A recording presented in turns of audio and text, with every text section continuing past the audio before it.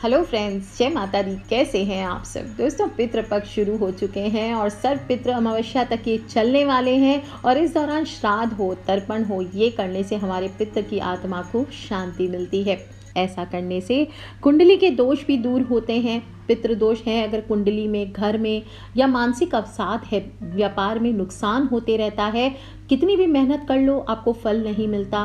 वैवाहिक जीवन में समस्याएं हैं, या तो विवाह नहीं हो रहा है, करियर में समस्याएं आ रही है, यानी जीवन के हर क्षेत्र में मनुष्य को और उसके परिवार को बाधाओं का सामना करना पड़ रहा है। पितृ दोष होने पर अनुकूल ग्रहों की स्थिति, गोचर दशाएं होने पर भी शुभ फल नहीं मिल पाते।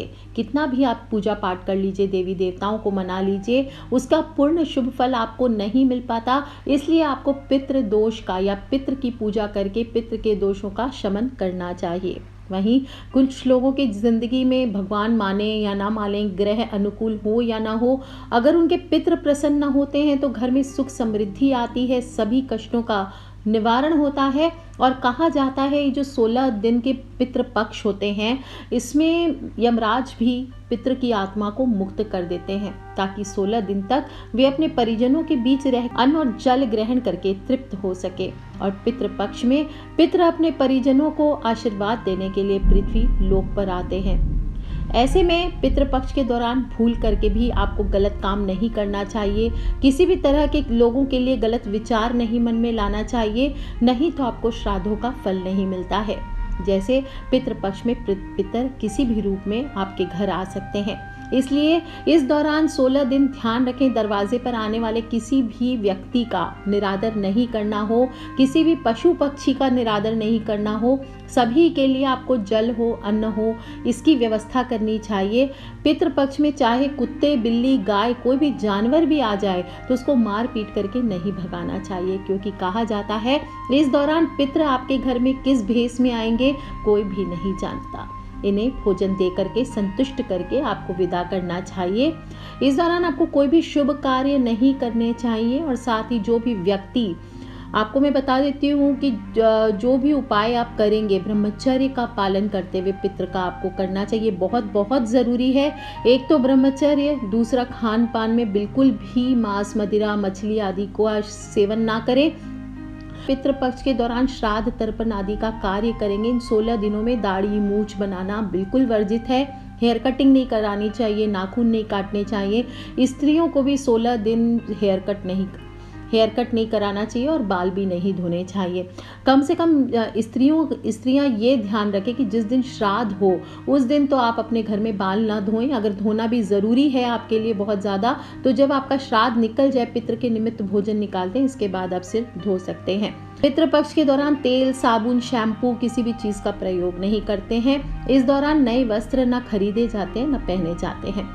अब श्राद्ध पक्ष में सबसे इम्पॉर्टेंट 3 चीज़ जो हमें जल के लोटे में डालनी है सूर्य देव की पूजा के लिए, क्योंकि सूर्य किसके कारक हैं? पितृ के कारक हैं, पिता के कारक हैं। और सूर्य की पूजा जो भी मनुष्य करता है, इन 16 दिनों में उस इंसान के जीवन की सारी कठिनाइयाँ अपने आप दूर हो जाती है। सबसे पहले श्राद्ध और तर्पण क्रिया में जो हम पहली चीज़ यूज़ करते हैं वो है काले तिल। बहुत ही इम्पॉर्टेंट माना जाता है, क्योंकि इसी से भगवान विष्णु की उत्पत्ति हुई थी, उनके पसीने से निकला था, इसे देव अन्न माना जाता है। और तर्पण के दौरान काले तिल से ही पिंडदान किया जाता है, इससे मृतक को वैकुंठ की प्राप्ति होती है। काला तिल यम के देवता को भी समर्पित होता है, इसलिए पिंडदान करते समय चावल के साथ काले तिल जरूर मिलाए जाते हैं।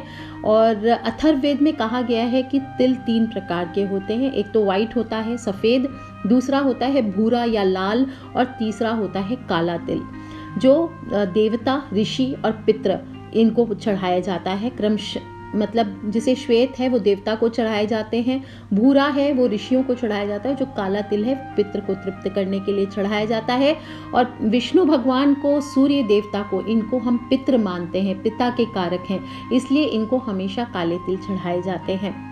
और बिना तिल के श्राद्ध कभी नहीं करना चाहिए। क्यों? क्योंकि दुष्ट आत्माएं हवि को ग्रहण कर लेती है। बिना तिल बिखेरे श्राद्ध कर लेंगे तो दुष्ट आत्माएं आपके श्राद्ध को खत्म कर देंगी।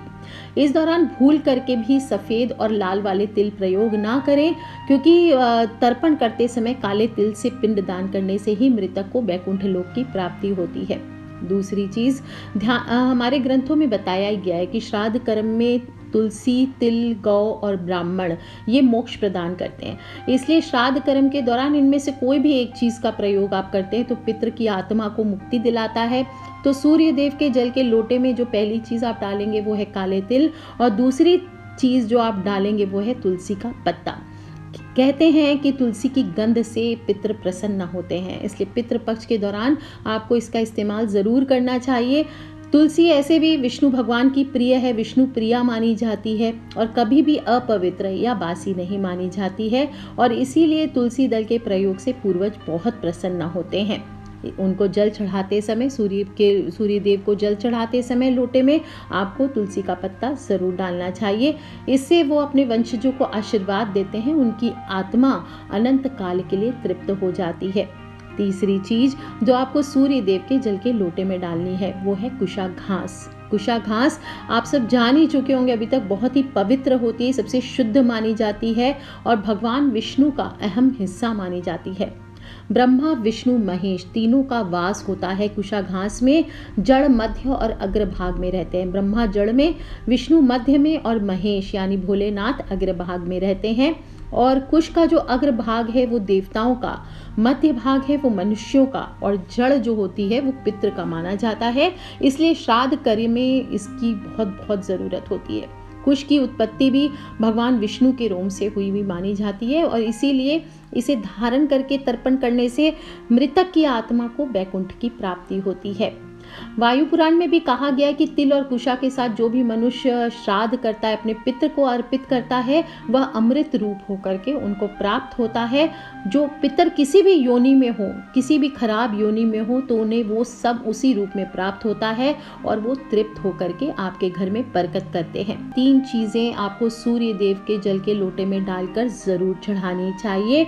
काफ़ी ऐसी जगह है जहाँ पर चीज़ें नहीं मिलती है, श्राद्ध का सामान नहीं होता है या तर्पण करने के लिए चीज़ें अवेलेबल नहीं होती है, तो ऐसे में सूर्य देवता तो पूरी पृथ्वी पे दिखाई देते हैं। आप जिस भी देश में हो, जिस भी कोने में हो विश्व के, आप सूर्य देव को एक लोटा जल पितृ के निमित्त इन 16 दिनों में ज़रूर अर्पित कीजिए। पितृ के कारक हैं, आत्मा के कारक हैं, नवग्रहों के राजा हैं, और आज की बात नहीं है, आदि काल से ही भगवान सूर्य की उपासना होती आ रही है।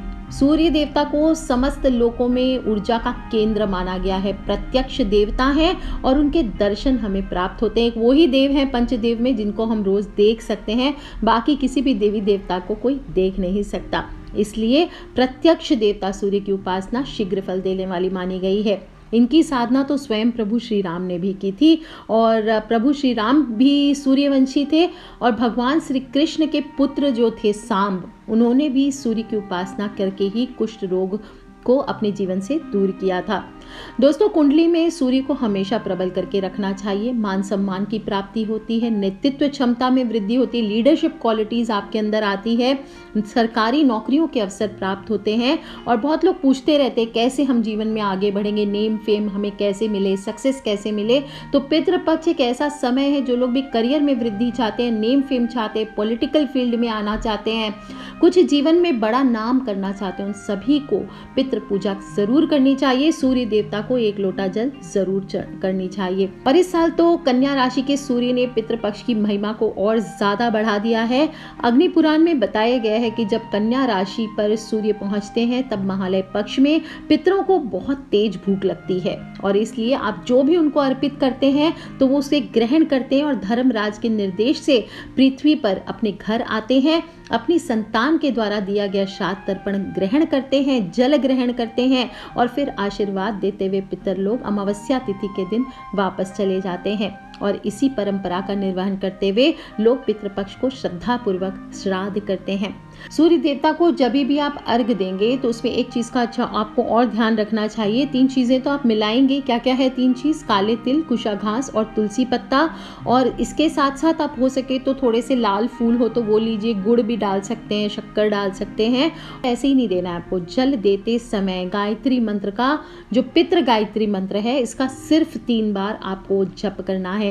मैंने बार बार बताया, पितृ गायत्री मंत्र कभी भी 3 बार से ज्यादा नहीं बोला जाता है, और सिर्फ सिर्फ पितृपक्ष में आप इसे बोल सकते हैं। पितृपक्ष के बाद जब आप सूर्य देवता को जल देंगे तो इस मंत्र का उच्चारण आपको नहीं करना है। अमावस्या की तिथि को कर सकते हैं, इसके अलावा नहीं करना है।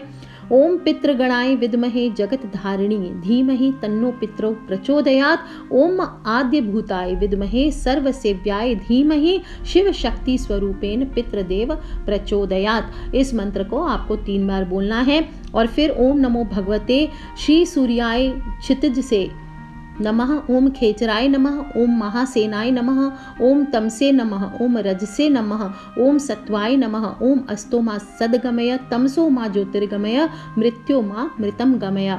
ओम शांति शांति शांति। इस प्रकार से बोलते हुए आपको जल अर्पित करना चाहिए। इतना सब आप नहीं कर सकते तो सिर्फ ओम सूर्याय नमः, ओम आदित्याय नमः, ओम भास्कराय नमः, ओम पितृभ्यो नमः, ओम सर्वेभ्यो पितृभ्यो नमो नमः, इस प्रकार से बोलते हुए जल अर्पित कीजिए। ये भी नहीं बोल सकते तो पितृ पितरानी की जय, पितृ पितरानी की जय, पितृ पितरानी की जय, इस प्रकार से बोलते हुए आपको सूर्य देवता को जल अर्पित करना चाहिए। अच्छा, एक बात का और ध्यान रखें, आप जब जल देंगे तो आपका मुख जो है पहले जल देंगे जब सूर्य देव को, तो आपको सीधा जल देना चाहिए, यानी पूरब की ओर मुख करके जल देना चाहिए। जब पितृ के निमित्त देंगे तो उसी लोटे में जल भर लीजिए, फिर दक्षिण मुखी हो जाइए और फिर पितृ के निमित्त आपको जल देना चाहिए। और ध्यान रखना चाहिए जब भी अर्घ देंगे तो आपका हाथ सिर से ऊपर हो और फिर गिरती हुई धार से सूर्य की किरणों को जरूर देखना चाहिए। माना जाता है ऐसा करने से सूर्य की जो 7 किरणें होती है वो आपके शरीर पर पड़ती है और आपके अंदर जबरदस्त सकारात्मक ऊर्जा का प्रभाव करती है। ध्यान रखें, पैरों में चप्पल पहन करके आपको अर्घ्य नहीं देना है। और इस प्रकार से जो भी मनुष्य सूर्य देवता को इस पितृ पक्ष में जल अर्पित करता है उसे समाज में मान सम्मान मिलता है, रुके हुए काम पूर्ण होते हैं, कई पैसा डूब गया है तो वो रियलाइज होता है। और इस तरह से छोटी छोटी बातों का ध्यान रखना चाहिए। जब भी सूर्य देवता को जल चढ़ाते हैं तो ध्यान रखें उसके छींटे आपके पैरों पे नहीं पड़ना चाहिए। अब कुछ लोग पूछते हैं मैम कैसे जल दें, तो ध्यान रखें ऐसे कहीं पे भी जल नहीं देना चाहिए जहाँ से दूसरों के पैरों में जल जाए। इसलिए या तो आप किसी बर्तन में दीजिए सूर्य देवता का रख, नीचे जो जल गिर रहा है उसमें इकट्ठा करके आप फिर किसी तुलसी में या किसी में डाल सकते हैं, या फिर आप किसी कच्ची मिट्टी वाली ज़मीन हो जहाँ पे एब्जॉर्ब कर ले पानी, वहाँ पर आपको जल देना चाहिए। अगर आपको बाई चांस सूर्य देवता, क्योंकि बारिशों का मौसम अभी भी है, तो इस बारिश के मौसम में अगर सूर्य देवता कभी कभी अपनी कलाएं दिखाते हैं, गायब हो जाते हैं, बादलों के बीच नहीं दिखाई दे रहे, तो भी आपको पूरब की ओर मुख करके ही आपको टाइम देख लीजिए 12 बजे तक पूरब की ओर मुख करके ही आपको जल देना चाहिए।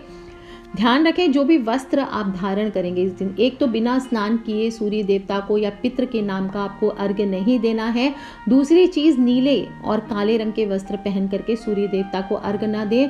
जनरल में सूर्य देवता को अर्घ्य लाल वस्त्र में बोला जाता है देने के लिए। बाकी पितृपक्ष में आप सफ़ेद रंग के कपड़े भी पहने, हल्के पीले पहने, क्रीम पहने, हल्के हल्के रंगों के आसमानी कलर पहने, ये कलर के वस्त्र पहन करके भी आप सूर्य देवता को जल अर्पित कर सकते हैं।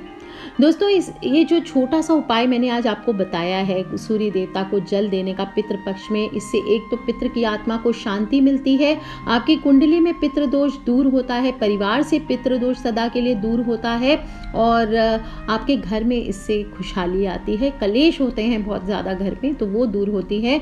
बच्चे अगर दब गए हैं, परेशान हो चुके हैं, करियर में उन्नति नहीं आ रही है, परेशानियों ने घेर रखा है, तो सभी दूर होते हैं। इस दौरान आपको जल अर्पित करने के साथ साथ ये भी ध्यान देना चाहिए, थोड़ी बहुत पितृपक्ष में हमेशा दान करना चाहिए। दान क्या चीज़ का? काले तिल का कर सकते हैं, लोहे का कर सकते हैं, सोना का कर सकते हैं, कपास का, नमक का, सप्त धान का, भूमि का और गौ का दान, ये पितृपक्ष में दान ये शुभ माने जाते हैं। गीता जी का भी दान कर सकते हैं, गीता जी की बुक बहुत अच्छी होती है, वो भी आप लोगों को बांट सकते हैं। इससे आपको हर कार्य में सफलता मिलती है, मान सम्मान आपका बढ़ता है और परिवार के सदस्यों पर भी सकारात्मक प्रभाव पड़ता है। आपके दिन की शुरुआत अच्छी होती है, आपके जीवन में एक पॉजिटिव बदलाव आता है। और अगर किसी जातक के ऊपर इस प्रकार से पितृदेव की यानी सूर्य देव की कृपा बढ़ जाए तो उसके सभी बिगड़े हुए काम जल्दी पूरे होने लगते हैं। दोस्तों, 4 उपाय करने की ज़रूरत नहीं है, जितना एक या एक से अधिक आप उपाय कर सकते कीजिए और फिर देखिए दोस्तों कैसे आपके जीवन से पितृदोष से आपको भी मुक्ति मिलती है। अपने फ्रेंड्स, फैमिली, मम्मी पापा, भाई बहन, बच्चे, जो लोग भी लगता है परेशान हैं, परेशानियों से जूझ रहे हैं, बहुत पूजा पाठ करते हैं लेकिन फिर भी उनके जीवन में कोई बदलाव नहीं आ रहा है, तो दोस्तों एक बार पितृ दोष चेक कीजिए और पितृ के उपाय करके देखिए, हो सकता है आपकी भी ज़िंदगी की नौका दिशा पकड़ ले। Take care friends, love you all, जय माता दी। सब्सक्राइब करके रखें ताकि आने वाले वीडियोस से आप और मैं कनेक्टेड रहें, और किसी भी तरह के प्रश्न हो आपको पितृपक्ष से रिलेटेड या माता का आगाज़ हो चुका है, नवरात्र की भी दस्तक हो रही है, माता रानी को भी मनाना है, तो चलिए छोटे छोटे उपाय करके अपने घर से नकारात्मक ऊर्जा को दूर करते हैं और पॉजिटिव ऊर्जा खूब सारी इकट्ठी करके माता के आगमन की तैयारियां करते हैं। कर लीजिए उपाय दोस्तों, खिलखिलाते रहे, मुस्कुराते रहे। Take care friends, love you all, जय माता दी, बम बम भोलेनाथ की जय, पितृदेव की जय, विष्णु भगवान की जय, दुर्गा मैया की।